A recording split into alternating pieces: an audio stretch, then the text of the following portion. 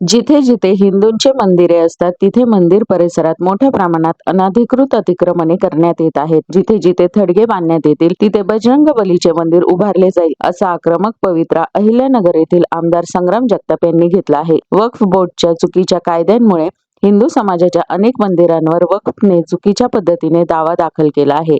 आता हिंदू समाजाने जागृत होणे आवश्यक आहे।